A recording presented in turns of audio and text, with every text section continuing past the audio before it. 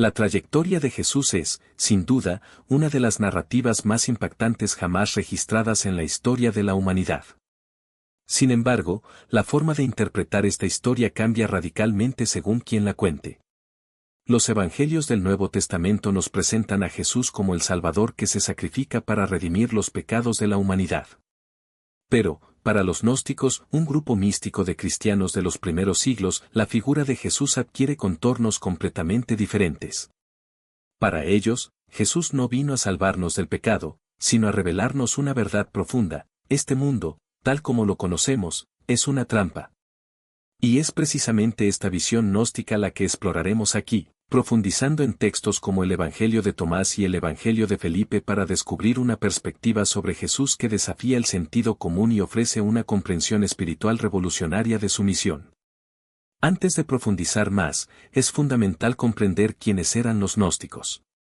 El término proviene del griego gnosis, que significa conocimiento, no el conocimiento superficial que utilizamos para pasar una prueba o ensamblar un mueble, sino una sabiduría interior, una iluminación espiritual. Para los gnósticos, este conocimiento íntimo era la clave para la verdadera liberación. ¿Y cuál fue su gran idea? Sencillo: el mundo material, incluido nuestro cuerpo físico, es una prisión. Creían que esta realidad fue creada por un Dios menor, el Demiurgo, un ser imperfecto e ignorante que, al dar forma al universo, atrapó fragmentos de luz divina, nuestras almas, dentro de la materia. En este contexto, el cuerpo no es necesariamente malo, pero funciona como una jaula que nos distrae de lo espiritual, manteniéndonos atrapados en las ilusiones del mundo físico. El objetivo de los gnósticos no era redimir la carne, sino trascenderla, despertando la chispa divina en nuestro interior y reconectándonos con el Dios verdadero, la fuente inefable de toda luz y bondad. Y ahí es donde Jesús entra en la historia. No como un redentor que paga por nuestros errores, sino como un guía, un mensajero divino enviado para despertarnos. Para los gnósticos, Jesús no era solo un hombre o incluso el Hijo de Dios en el sentido tradicional. Fue un revelador, un maestro cuya misión era liberarnos de la ignorancia. Textos como el Evangelio de Tomás muestran a un Jesús que habla de manera enigmática pero poderosa sobre el autoconocimiento y la transformación interior. En un pasaje dice: el reino está dentro y fuera de vosotros.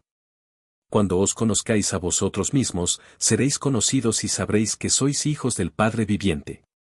No se trata de seguir reglas ni rituales, sino de mirar hacia nuestro interior y descubrir la chispa divina que vive en nuestro interior. Para los gnósticos la salvación no era algo que se conseguía mediante buenas obras o la fe en una institución, sino algo que se despertaba dentro de uno mismo. Este énfasis en despertar y superar las ilusiones del mundo material moldeó la forma en que los gnósticos veían la misión de Jesús. Él no vino para arreglar este mundo ni para redimir la carne, sino para recordarnos una verdad fundamental: no pertenecemos a este mundo. Somos chispas de algo mucho más grande y ha llegado el momento de liberarnos. En la literatura gnóstica, incluso los milagros de Jesús adquieren un nuevo significado. No eran solo actos de poder sobre la naturaleza, sino símbolos de iluminación espiritual. Curar a un ciego, por ejemplo, representaba abrir los ojos espirituales de las personas. ¿Caminar sobre el agua? Una demostración de dominio sobre el mundo material. Los milagros no consistían en desafiar las leyes de la física, sino en revelar el poder supremo del espíritu sobre la materia. Vayamos ahora al huerto de Getsemaní, ese momento dramático en el que Jesús ora, angustiado, pidiéndole al Padre que le quite esa copa. Para los gnósticos, esta escena está llena de simbolismo. El cáliz no solo representaba el sufrimiento físico, sino el mundo material mismo, la trampa creada por el Demiurgo. Cuando Jesús dice: no se haga mi voluntad, sino la tuya, no se somete al Demiurgo, sino que se alinea con el Dios verdadero, fuente de toda luz. Este momento es la aceptación de su papel de revelador divino, aquel que vino a despertar a la humanidad de su letargo espiritual. Y hablando de dormir, ¿recuerdan que los discípulos no podían permanecer despiertos? Para los gnósticos, esto no era una mera debilidad, sino un símbolo de la condición humana, atrapado en la ignorancia, dominado por las ilusiones del mundo material. La misión de Jesús era precisamente despertar a los dormidos, traerles el conocimiento que revelara la chispa divina dentro de cada uno. ¿No pudiste mirar conmigo ni siquiera una hora? Esta reprimenda resalta la dificultad del despertar espiritual. Frente a la verdad divina, el peso del mundo material es abrumador y pocos pueden ver más allá de las apariencias. Y luego tenemos a Judas, el villano de la historia tradicional. En el Evangelio de Judas, un texto gnóstico, él no es el traidor, sino el iluminado. Una visión radicalmente distinta a la que conocemos. Según este texto, Judas fue el único discípulo que comprendió verdaderamente la misión de Jesús. El mismo Jesús le dice, tú los superarás a todos. Sacrificarás al hombre que me viste.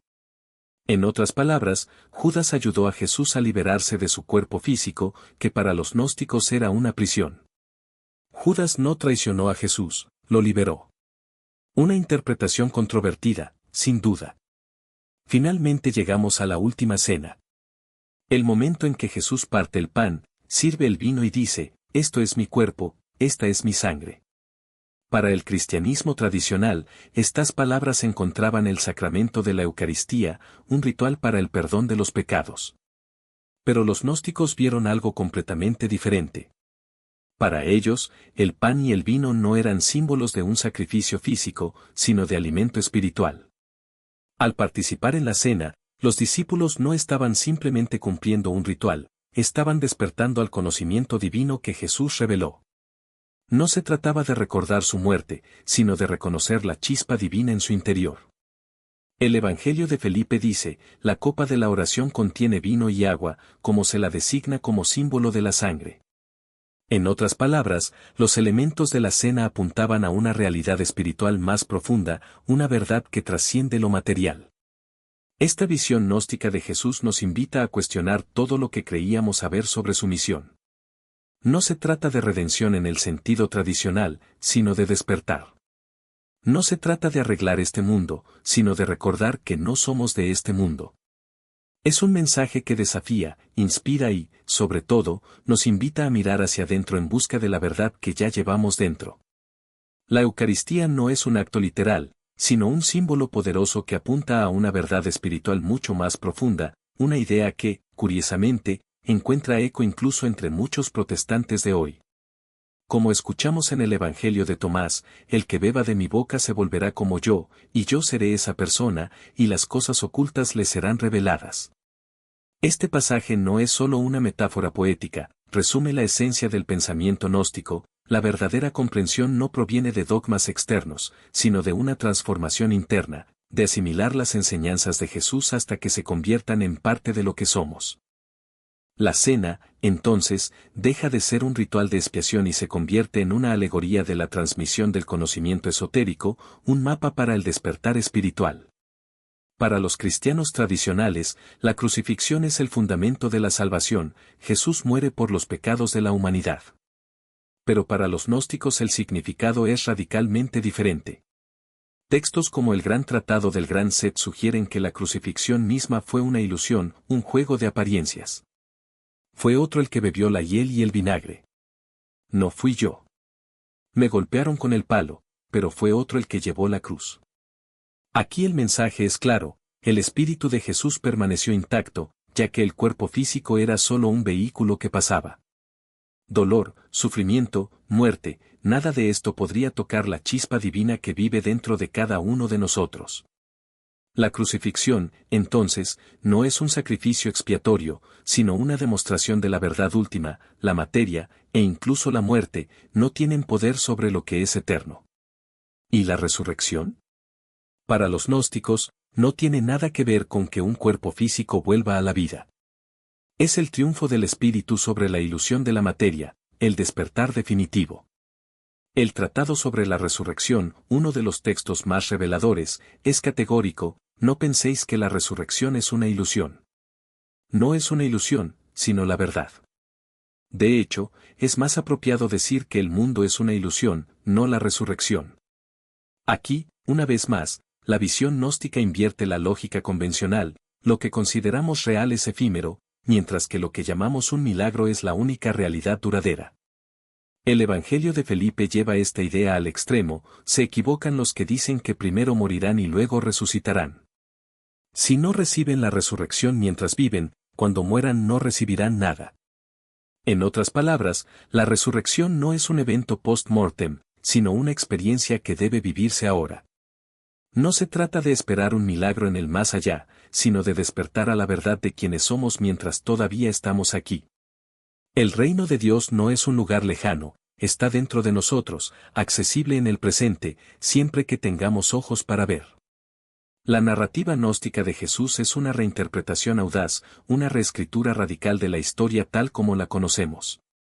En lugar de un Salvador que viene a arreglar un mundo roto, tenemos un Maestro que viene a recordarnos que este mundo nunca fue nuestro hogar.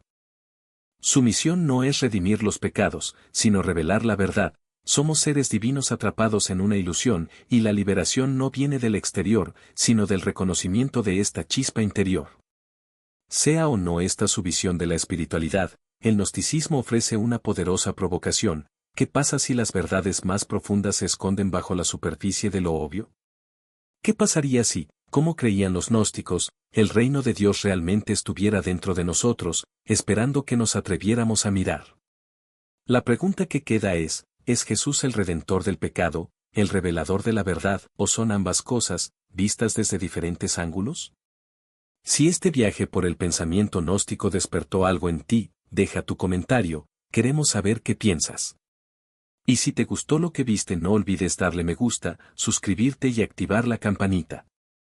Cada interacción ayuda a hacer avanzar este contenido y apenas estamos comenzando. Tu apoyo hace toda la diferencia. Nos vemos la próxima vez, cuando profundicemos en la sabiduría más oculta de los textos más fascinantes de la historia. Hasta entonces.